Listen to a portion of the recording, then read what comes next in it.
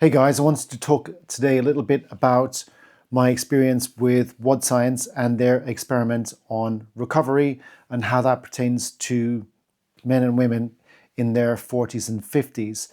So if you are interested in hybrid sports like CrossFit, HYROX, or any sort of functional fitness kind of competitions, then this kind of video might be for you. So just to give you some context about how much of a mediocre athlete I am, in terms of CrossFit, I am 54 years old, and for the last 2 years, I've got through to the age group semi-finals of the CrossFit Open quarterfinals and then to the semi-final. And throughout that period of time, since I hit 50, I've had to make some significant changes to my training, most notable of which is to do less of it. And to put things in perspective, I came up with a little bit of a structure to my week. So if I train 5 or 6 days a week, 2 of those days will be intense CrossFit days. And then I will have 2 or 3 cardio days. One of those days would be intense, and I may have a strength training day thrown in there as well. So that is it on my 5 or 6 days a week kind of semi-loose framework or structure. Now, I became involved in a Wod Science experiment to do with recovery for masters athletes, and it was 2 groups. One group was going to train infrequently, 3 times per week, but 90 minutes per session, whilst the other group was going to train 6 days a week and train for a lower duration of 45 minutes, but both groups would do equal amounts of work over the course of the week. And so at the end of the experiment, there was testing at the start and finish. We see which group manages to make any progress, or is there any significant difference in terms of recovery for the group that trained high duration, low frequency, or low duration, high frequency. And I'm at the end of week 2 or week 3 if you include the testing week. And unfortunately, I now have to pull out because the training volume and frequency is just more than I can tolerate. And I'm really sad to have to pull out of the experiment or the study, but it sort of goes to prove what I believed before I took part in this in study. And that was basically that I had to do something really drastic to change the way I trained in order to not get sick, not get ill, injured, or run down and beaten up from my training. Since I hit age of 50, it's become a lot more difficult. And then if you're in your 40s and 50s, maybe you have figured that out for yourselves already. So now, if you're in a gym and you're looking at, or if you're not in a gym, but you're looking to lose weight or you're looking to build muscle, that's a slightly different thing. And the kind of clients that I have that are interested in that, I normally don't have to try and persuade them to do less work. But on the other hand, I've got clients who are interested in the performance side of things.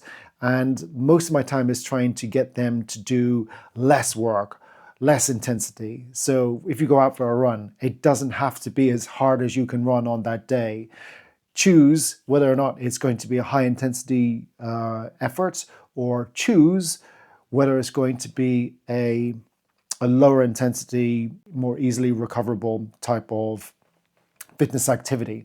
But what tends to happen with training for people in their 40s and 50s is that it drifts into this gray area, this beige area, no man's land or no woman's land, where the training is not actually intense enough or hard enough to provoke an adaptation or a response, and it is not easy enough to let you recover significantly from it.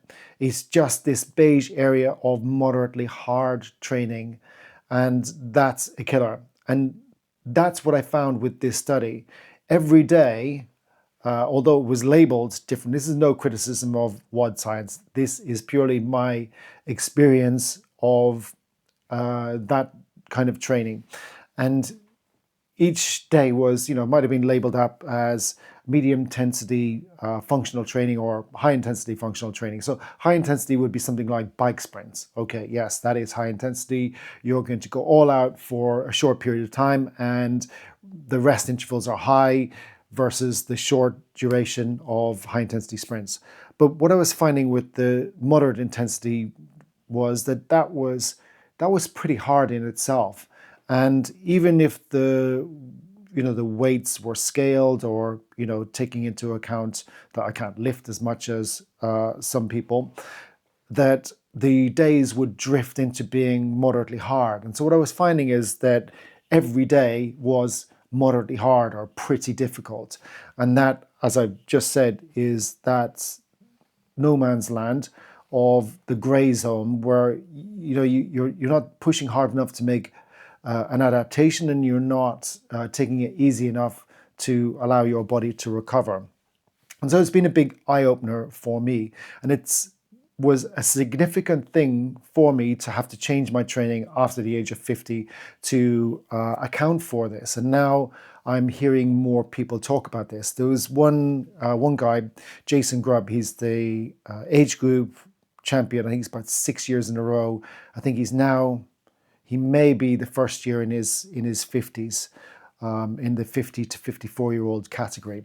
But I remember his training going from something like, was it 800 hours, is that a year? 800 hours a year to 1,400 hours. I'm going to have to check out those facts because I don't have ChatGPT in front of me to spit out that information. But basically, he went from a training volume and doubled it over the space of 1 year. So he was ending up doing 2 sessions per day. And I thought, oh my God, that would just absolutely kill a horse. How can anybody do that? And leaving aside whether or not these guys are on chemical assistance or drugs or whatever, I'm not casting any aspersions on anybody. But that kind of training volume just, is impossible for somebody like me to contemplate. And obviously I'm not a professional athlete, so it's irrelevant. But even he is now making videos about the fact that he cannot train hard every day. Because there was a time when I believed that if I wasn't exhausted, I wasn't improving. Hard sessions felt serious. If I walked out of the gym feeling destroyed, I thought, good, that's what it takes. If I had something left in the tank, I assumed I had undertrained in some way. And for a while, that mindset worked. Early on, more intensity did move the needle. But by 2017, something shifted. That was the year I failed to qualify for the CrossFit Games. Has to balance his training out. I haven't watched the full video yet. I'll be interested to do that. I may put some of that on here, or you may be able to see some of it and see what he's talking about in terms of his experience. But there is a specific pivotal moment or turning point as we get older where we have to realize that our bodies just can't take the beating that training twice a day or training 7 days a week, and maybe we never could really, but it is more pronounced now, and you will notice it in your performance. You won't make any progress, and sooner or later you'll be injured or you'll get ill. That's usually the early warning sign. Is you just run down this total all-encompassing sense of fatigue in your body. Not just muscular soreness, but a fatigue that means you need to take a nap in the middle of the day. So this is my experience, but maybe it resonates with you if you're training hard.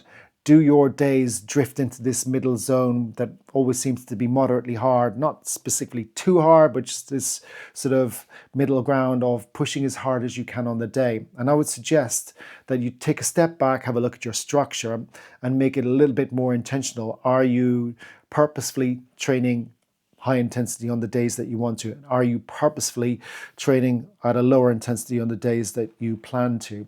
And this can make an absolutely game-changing difference to your performance. I mean, if you love training and you love that feeling of fatigue and being battered and the muscle soreness and the DOMs and all of that, it's going to be very hard to convince you that anything other than that, total annihilation, is the way forward. But if you're actually interested in results and improvement and having a life outside whatever your particular sport is, then I really suggest you have a look at the way you structure your training. And to that end, I have created a little bit of a quiz, and the quiz asks you questions about your training, how it fits into your lifestyle. Are you intentional with your high intensity days and your lower intensity days, that sort of thing, and you get a score at the end of it. And you could see where or if you need to make any significant changes to your program. So if you have hit the link, I'll put it somewhere down here in the video or the description of the video, and you can check it out. It's free, it takes about 3 minutes, and the results maybe help you make some changes to your training. Anyway, that's all I have for you today, guys. Thank you so much for listening. Cheers. Bye-bye.